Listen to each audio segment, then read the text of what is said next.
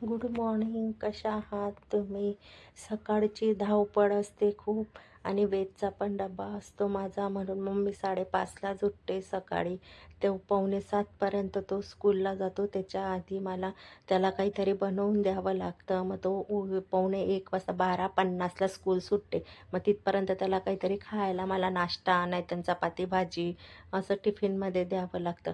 त्याला आवडतं तेच वस्तू तो टिफिनमध्ये नेतो. मग म्हटलं चला, याला मुंगाची भाजी खूप आवडते, मग याला आज भाजी चपातीच द्यायची.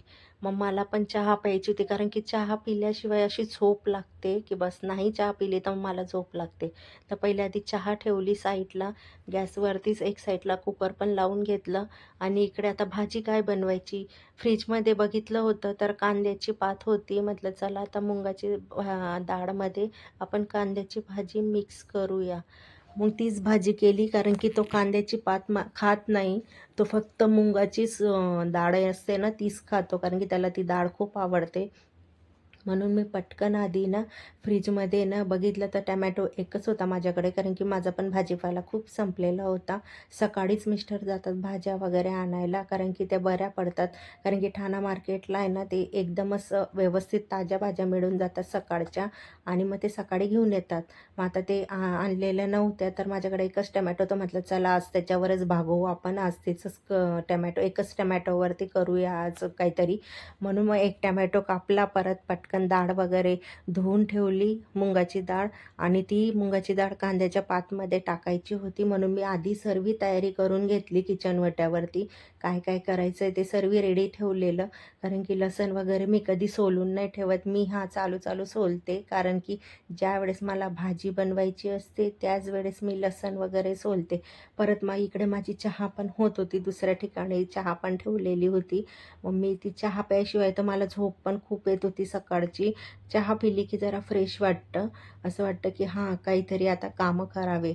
नाही चहा पिली तर मग झोपच येत असते सारखी, असं वाटतं की झोपून राहावं. म्हणून म्हटलं चला आता आपण काय करावं, भाजीच देते ना, आणि याला भाजी चपातीच देते आज. अजून त्याला उठवलं नाही, तो 6पर्यंत उठतो वेत, कारण की तो लवकर उठत नाही. त्याला 5:45ला मी स्टार्ट करते उठवायचं, तेव्हा तो 6पर्यंत उठतो, कारण की सकाळी ना खूप झोप लागते, त्याच्यामुळे तो खूप त्रास देतो उठायला.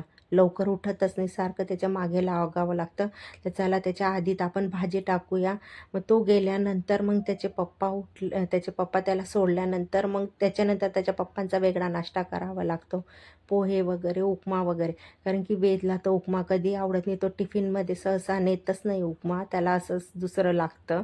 चपाती भाजी तरी दिली तर ते तरी खातो, पण उपमा वगैरे नाही खात. मग इकडे माझी त्याची स्कूलची तयारी चालू होती, मग तेव्हाच मी पण माझी घरातली ना भाजी, तिच्या पप्पांचा नाश्ता वगैरे असेल तर तेव्हाच भाजी तेवढी एक्स्ट्राच करून घेते, कारण की डबल मम्मी करत नाही, कारण की डबल डबल करायपेक्षा एकदम दस केलेली बरी पडते भाजी. मग इथं माझी भाजीची पण तयारी चालू होती. तर चला आता आपण भाजी पण टाकून घेऊया. भाजी वगैरे टाकली, टाकत इकडे करत होती, आणि तिकडे कुकर पण लावलेलं होतं मी, कारण की मला तिखट डाळ बनवायची होती. त्या वेदला खूप आवडते तिखट डाळ, मग त्याला आवडते, म्हणून म्हटलं चला आता आपण सकाळीच करून घेऊया स्वयंपाक, कधी लवकर आवरून घेऊ, कारण की त्या दिवशी गुरुवार वगैरे असला ना, मग मला देवपूजेला पण खूप वेळ लागतो. मग मी जेवणाची तयारी आधीच करून घेते. आणि इथं भाजी वगैरे पण सर्व रेडी झालेलं होतं माझं कापून. मग इथं पण फोडणी देत होती मी आता भाजीला. आता पटापट आपण फोडणी देऊया. अजून चपात्या बनवायच्या बाकी होत्या, त्याच्यापुरती मी 2च चपात्या करते आणि बाकीच्या नंतर करते, कारण की इतकं 6 वाजेपासून मग मी चपात्या नाही बनवून ठेवत. म्हटलं चला याच्या वेळच्या आधी 2 चपात्या टाकून घेऊया आपण. फक्त जे भाजी वगैरे असं आणि डाळ भात तेवढं मी करून ठेवते, बाकीचं नंतर बनवते. अजून त्याच्या पप्पांचा नाश्ता बाकी होता, त्यांना उठवायचं बाकी होतं. आणि ह्या साईडला मला अजून चपात्यांसाठी पीठ पण मळायचं होतं. म्हटलं अजून चपात्यांचं पीठ आता मळून घेऊया चला, कारण की ते पण चपात्यांचं पीठ मळल्यानंतर आहे ना, ते पण मुरलं तर छान चपात्या होतात. कशी वाटली गाईस तुम्हाला व्हिडिओ, कमेंट करा, लाईक करा, शेअर करा. बाय.